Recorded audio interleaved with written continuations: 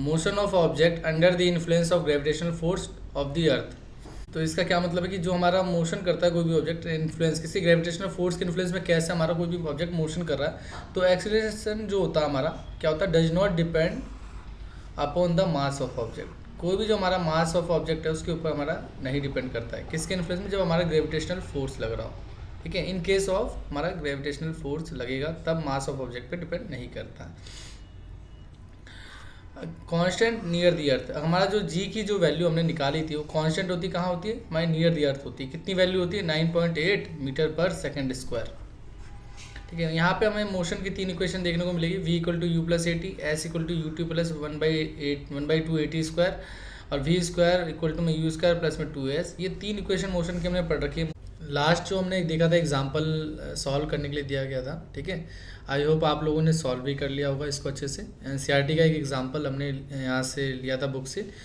जिन लोगों से नहीं हुआ है कोई ऐसी परेशानी नहीं है, यहाँ पे हम उसको सॉल्व कर लेंगे। ठीक है, और अच्छे से समझेंगे कि क्या इसमें कंसेप्ट लगने वाले हैं और क्या हमारा प्रॉब्लम था। ठीक है, तो सबसे पहले जो हमें क्वेश्चन में देखते हैं, एक बार रीड आउट करते हैं और उसमें क्या क्या चीज़ें गिवन है और क्या फाइंड आउट करने के लिए वो हम देखेंगे। ठीक है, तो सबसे पहले आप देखोगे N object is thrown vertically. Vertically का मतलब होता है ऊपर सीधा। ठीक है, इस तरीके से वर्टिकली सीधा फेंका गया, थ्रोन मतलब फेंकना, अपवर्ड, अपवर्ड मतलब ऊपर, and rises to a height of 10 metre की। मतलब राइजेस का मतलब होता है कि कितना मतलब उठा है वो, मतलब एक तरीके से कितना ऊपर फेंका गया है। हाइट कितना दिया रखा है, 10 मीटर दे रखा है। तो हमें कैलकुलेट क्या करना है, the velocity with which the object was thrown upward, मतलब किस वेलोसिटी से, सपोज किस वेलोसिटी से वो ऑब्जेक्ट फेंका गया है ऊपर। एंड द सेकंड क्या निकाला, the time taken by the object, क्या निकाला, time taken by the object to the reach the highest point. ठीक है, तो हमें 2 चीज़ें निकालनी है, इसकी वेलोसिटी निकालनी है और हमें टाइम निकालना है। ठीक, तो सबसे पहले एक चीज़ हम थोड़ा सा इसका एक डायग्राम बना लेंगे सॉल्यूशन से पहले कि किस तरीके से हमारा क्वेश्चन हमसे पुटअप कर रहा है। सपोज़ ये कोई ऑब्जेक्ट है। ठीक है, इसको इतनी हाइट तक फेंका गया है, हमें हाइट कितनी गिवन है, 10 मीटर गिवन है। ये हम क्या मान रहे हैं, ऑब्जेक्ट मान रहे हैं, यहाँ पे कंसीडर कर रहे हैं ये एक ऑब्जेक्ट है हमारे लिए। तो एक आप जनरल सी बात सोचिए कि यहाँ से अगर इस ऑब्जेक्ट को फेंका गया हुआ तो इसकी कोई इनिशियल वेलोसिटी हुई होगी। ठीक है, और यहाँ पे इसकी फाइनल वेलोसिटी क्या होगी, 0। फाइनल वेलोसिटी 0 क्यों होगी कि एक पर्टिकुलर हाइट जाने के बाद वो वापस यहाँ से फ्री फॉल करेगा। क्या करेगा, फ्री फॉल। ठीक है, जो हमने अभी कंसेप्ट यूज़ किया था फ्री फॉल, जहाँ पे हमारा ग्रेविटेशनल फोर्स लगता था। तो हमने ग्रेविटेशनल फोर्स में एक चीज़ ये पढ़ी है कि अगर सपोज जो हमारा एक्सीलरेशन है, अगर एक्सीलरेशन हमारा मोशन की डायरेक्शन में लगता है तो हम उसको पॉजिटिव लेते हैं। ठीक है, मोशन की डायरेक्शन से वो अपोजिट लगे तो हम उसको नेगेटिव लेते हैं। तो आप लोग ये देख के बता सकते हो कि जो हमारा मोशन है वो अपवर्ड है, वर्टिकल अपवर्ड।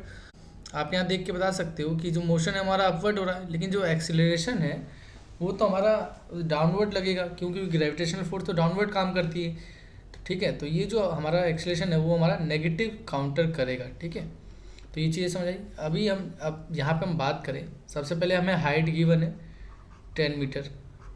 इसके बाद हमारे पास ग्रेविटेशनल फोर्स हमें पता है 9.8 मीटर पर सेकंड स्क्वायर होता है। तो आपको पता है कि ग्रेविटेशनल फोर्स हमारा कितना होता है, 9.8 मीटर पर सेकंड स्क्वायर होता है।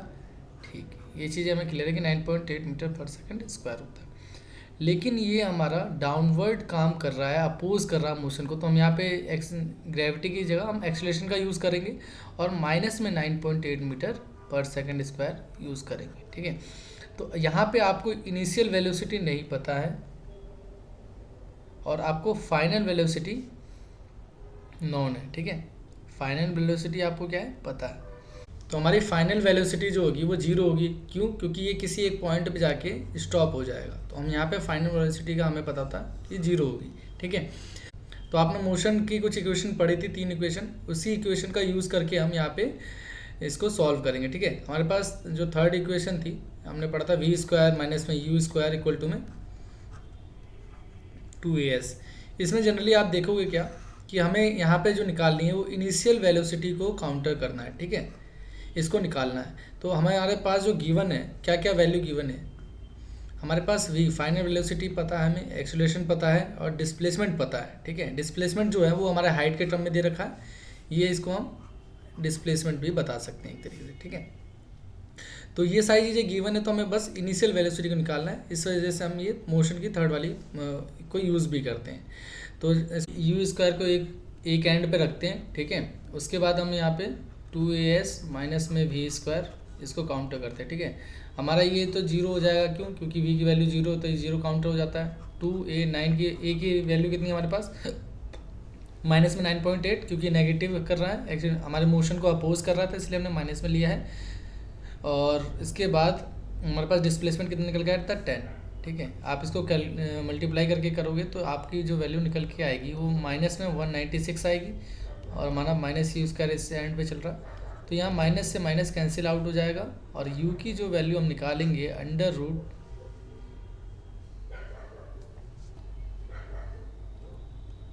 u की जो वैल्यू हम निकालेंगे वो अंडर रूट कितनी आएगी, 196 इक्वल टू में 14 मीटर पर सेकेंड, ठीक है। ये हमारी उसकी वेलोसिटी आएगी। देन हमें क्या कैलकुलेट करना है कि हमसे ये पूछा उसने कि कितना टाइम लगेगा उसको, ठीक है, उसको कितना टाइम लगेगा कि वो उस हाइट तक पहुंचने के लिए। सपोज हम यहाँ पे दोबारा मोशन की इक्वेशन कौन सी यूज़ करके, जहाँ पे हमारे पास टाइम से रिलेट करता है वो v इक्वल टू में u प्लस at, इस इक्वेशन का यूज़ करेंगे, ठीक है। फाइनल वेलोसिटी हमें पता है जहाँ पे हमारी जीरो हो जाती है, और इनिशियल वेलोसिटी हमें अभी निकाली काउंट करके, और हमारे पास एक्सेलरेशन कितना है, -9.8 इंटू में टाइम हमें नहीं पता है, ठीक है। टाइम को हम एक्साइड कर लेते हैं, तो अब आप माइनस में 14, ठीक है, और डिवाइड में आप जब -9.8 करते हो, माइनस से माइनस कैंसिल आउट हो जाएगा, और आप इसको डिवाइड करके जब निकालोगे तो आपका आंसर कितना है, 1.43 सेकेंड आएगा। कितना आएगा, 1.43 सेकेंड। तो उस डिजायर्ड डिस्प्लेसमेंट के लिए हाइट तक का फेंकने के लिए हमें कितना समय लगा, 1.43 सेकेंड लगा क्वेश्चन में। यहाँ पे इसके बाद हम थोड़ा सा मास और वेट के ऊपर थोड़ा सा देखेंगे कि क्या डिफरेंस होता है इन दोनों में। मास जो होता है किसी भी ऑब्जेक्ट का क्या होता है, कांस्टेंट होता है। कांस्टेंट का मतलब होता है स्थिर, ये कभी भी क्या है, चेंज नहीं होगा, नॉट चेंज हम कह सकते हैं, नॉट चेंजेबल, किसी भी कंडीशन में ये चेंज नहीं होगा हमारा। Does not change from place to place, कभी भी किसी भी स्थान पे अब ले जाएंगे तो ये नहीं चेंज होगा। सपोज अगर कोई ऑब्जेक्ट है, उसका एक मास है, तो पूरे यूनिवर्स में आप कहीं भी लेके जाते हो तो उसका मास हमारा कांस्टेंट ही रहता है। लेकिन जब हम वेट की बात करते हैं, वेट क्या होता है, वेट हमारा क्या होता है, हमारा वेट डिनोट करता है। सपोज हमारा कोई मास है किसी भी ऑब्जेक्ट का, उसको रिलेटिवली कैसे करता है, सपोज हमारा मास है किसी ऑब्जेक्ट का, उसके साथ जो उस ऑब्जेक्ट या प्लैनेट पे कहीं है जहाँ पे वो वेट है हमारा, वो कैसे डिनोट करता है। वेट आप देखोगे, वेट एक हमारा फोर्स ऑफ अट्रैक्शन लगाता है कोई दूसरे ऑब्जेक्ट, एक ऑब्जेक्ट दूसरे ऑब्जेक्ट पे, जो फोर्स ऑफ अट्रैक्शन हमारा आता है किसी भी दूसरे ऑब्जेक्ट की वजह से, जिसको हम एक्सेलरेशन, और अर्थ पे हम उसको ग्रेविटी के नाम से जानते हैं, वो हमारा इक्वल टू में F इक्वल टू mg को हम डिनोट करते हैं, ठीक है। यही फोर्स को हम किससे डिनोट करते हैं, वेट से डिनोट करते हैं, ठीक है, m इंटू जी, यही हमारा वेट कहलाता है। और वेट हमारा क्या होता है, वेरी करता है, प्लैनेट टू प्लैनेट और प्लेस टू प्लेस हमारा वेरी कर सकता है। किसी भी ऑब्जेक्ट का वेट वेरी कर सकता है, क्योंकि हमारी जो ग्रेविटेशनल वैल्यू है वो क्या कर सकती है, वेरी कर सकती है प्लेस टू प्लेस, इस वजह से हमारा वेट वेरी करता है, ठीक है। क्योंकि मास तो हमारा कांस्टेंट होता है, इस वजह से हम उसको कुछ नहीं कहते, ठीक है। यहाँ पे हम force of the weight equal to weight of the object consider करते हैं। Weight of an object is the force with which it attracted toward the earth. मतलब एक हमारा क्या है, वेट होता है किसी भी ऑब्जेक्ट का, ये क्या होता है, इज द फोर्स होता है विद विच इट अट्रैक्ट, क्या करता है, टूवर्ड द अर्थ, हमारा अर्थ की तरफ अट्रैक्ट होता है। एक किसी भी ऑब्जेक्ट का जो वेट होता है वो उसका क्या होता है, फोर्स होता है जो अट्रैक्ट करता है हमारे अर्थ की तरफ। ऐसा यूनिट क्या होती है वेट की, वेट की ऐसा यूनिट हमारी फोर्स के इक्विवेलेंट ही होती है। क्योंकि आप देखोगे मास की हमारी जो यूनिट होती है kg, और हमारी ग्रेविटी की मीटर पर सेकंड स्क्वायर, इस 1 kg मीटर पर सेकंड स्क्वायर को हम 1 न्यूटन के से टर्म्ड करते हैं या जानते हैं, ठीक है। ये चीज़ें आप लोग नोट डाउन कर लेंगे बहुत अच्छे से। इसके बाद हमारे पास जो मास होता है किसी भी ऑब्जेक्ट का, ठीक है, आप ये कह सकते हो कि जैसे हमारा किसी ऑब्जेक्ट का मास बढ़ेगा, ठीक है, सपोज हमारा मास है, ठीक है, वो डायरेक्टली हमारा वेट को रिलेट करता है। सपोज किसी ऑब्जेक्ट का मास है, अगर सेम प्लेनेट पे बात करें या सेम प्लेस पे बात करें, एक पर्टिकुलर पॉइंट की बात करते हैं, अगर किसी ऑब्जेक्ट का मास हमारा डेफिनेट है किसी एक पॉइंट प्लेस पे, तो उसका वेट भी उस पॉइंट प्लेस पे उसके रिस्पेक्टिवली बढ़ेगा या घटेगा। अगर हम सपोज अगर उसका मास, जैसे कोई एक ऑब्जेक्ट लेके आते हैं जिसका मास हमारा सपोज x है, तो अगर उस ऑब्जेक्ट का जो मास है हमारा जनरली कॉन्स्टेंट रहता है, लेकिन अगर हम उससे दूसरा ऑब्जेक्ट लेके आते हैं जिसके मास ज़्यादा है, तो उसका हमारा उस पर्टिकुलर प्लेस पे उसका वेट भी ज़्यादा होगा। तो इस तरीके से हम कह सकते हैं किसी भी ऑब्जेक्ट का मास जो होगा, मास पे ही हमारा वेट डिपेंड करता है। किसी भी ऑब्जेक्ट का जो मास होगा उसके मास जो होता है उस पर उसका वेट डिपेंड करता है। वेट हमें जनरली क्या चीज़ें बताता है, एक तो हमें मैग्नीट्यूड बताता है और एक डायरेक्शन बताता है, ठीक है, मैग्नीट्यूड और डायरेक्शन की चीज़ें बताता है, ठीक है। W equal to M G हमने पढ़ा था अभी फोर्स के केस में, जहाँ पे हमने जनरली सबसे पहले F equal to M A पढ़ा था, एम में पढ़ा, ए की रिप्लेस किया जी से, फिर हमारा जो फोर्स ऑफ अट्रैक्शन था अर्थ के कंपेयर में हमने वहाँ पे वेट लिख दिया, तो हमारे पास यहाँ F equal to M G आ जाता है, ठीक है। तो हमारे पास एक जनरली एक क्वेश्चन है जिसको हम सॉल्व करने का ट्राई करेंगे, ठीक है। ये आप लोगों का एक क्यूज ले सकते हो आप, क्वेश्चन है एंड ऑफ द वीडियो में। तो mass of an object is a 10 kg, क्या कह रहा है कि mass of an object is a 10 kg, what is the weight on the earth. तो क्या पूछ रहा है कि अगर किसी ऑब्जेक्ट का हमारे पास जो मास है वो कितना गिवन है, 10 kg है, तो हमारे पास उसका वेट कितना होगा उसके अर्थ पे। तो आपको वेट निकालना फाइंड आउट, ठीक है। आई होप आप करोगे इस सभी को, ठीक है। तो ये आप ये क्वेश्चन सॉल्व करके इसका आंसर कमेंट बॉक्स में करेंगे। सबसे पहले कैलकुलेट करेंगे जी की वैल्यू, ठीक है। हमने लास्ट क्लासेस में पढ़ा था कि जी हमारा किसको डिनोट करते हैं, ग्रेविटी को डिनोट करते हैं, ठीक है। ग्रेविटी किससे रिलेटेड है, हमारी अर्थ की ग्रेविटेशनल फोर्स से रिलेटेड है, ठीक है। अर्थ जो हमारा ग्रेविटेशनल फोर्स लगाता है किसी ऑब्जेक्ट पे, उसको हम कैसे टर्म करते हैं, ग्रेविटी से, ठीक है। इसको एक्सीलरेशन ड्यू टू ग्रेविटी भी बोलते हैं और नॉर्मल ग्रेविटी भी बोल सकते हैं। तो अब हम इसको क्या एक्चुअली हम इस जो पर्टिकुलर जो जी हम यहाँ पे देख रहे हैं इसकी वैल्यू को कैलकुलेट करेंगे कि एक्चुअली में हमारा अर्थ जो है कितना हमारा ग्रेविटेशनल फोर्स किसी भी ऑब्जेक्ट पे लगाता है। क्लियर इतनी बात। अब सबसे पहले हमारे पास ये चीज़ें आपको पता है, फोर्स इक्वल टू हमारा mg होता है, ठीक है। कोई भी जो ऑब्जेक्ट है जो फोर्स लगाता है वो किसके इक्वल होता है, उसके मास इंटू उसकी ग्रेविटी के इक्वल होता है जो हमारे अर्थ पे लगे, ठीक। इसका बाद हमारे पास दूसरा यूनिवर्सल लॉ ऑफ ग्रेविटेशन से G/m अपॉन में d² था, दो हमारे पास इक्वेशन है।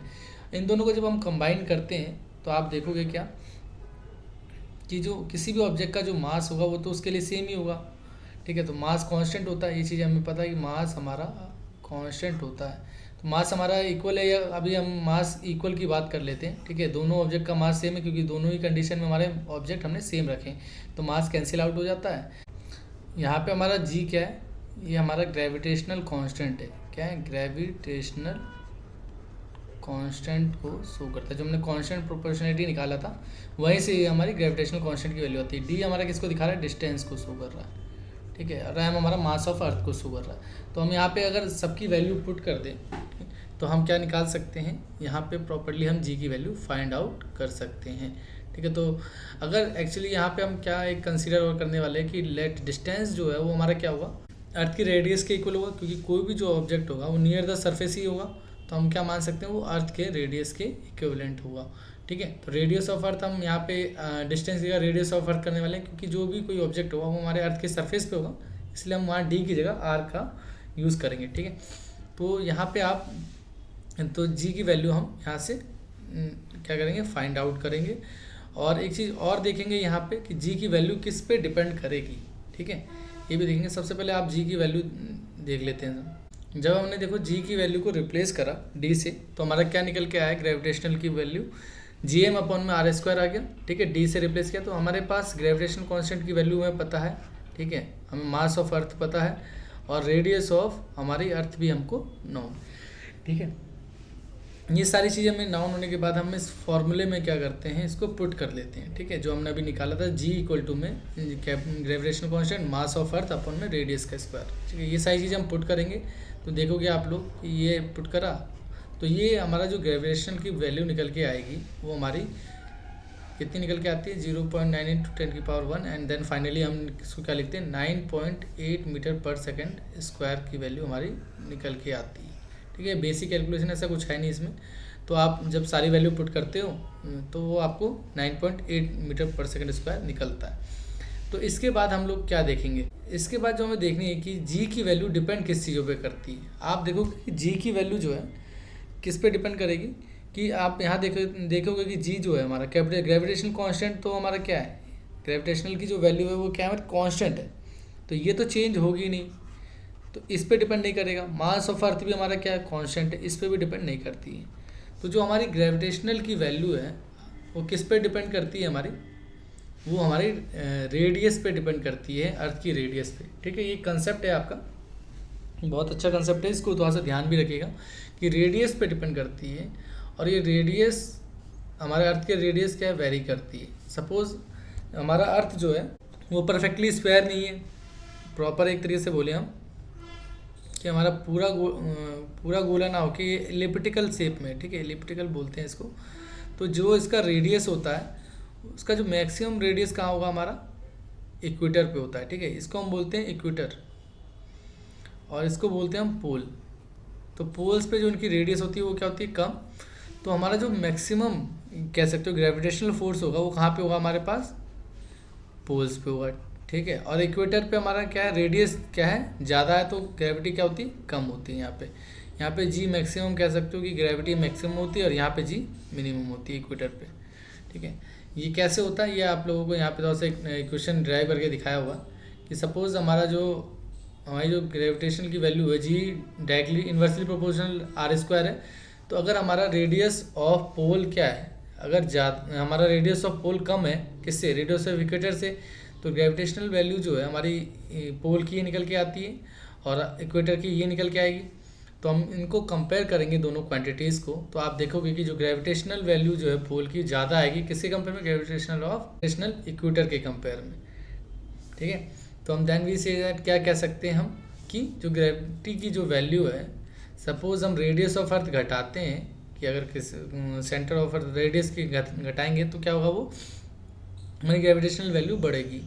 जैसे ही हम रेडियस हम बढ़ाते हैं तो हमारी ग्रेविटेशनल वैल्यू डाउन हो जाती है। ठीक।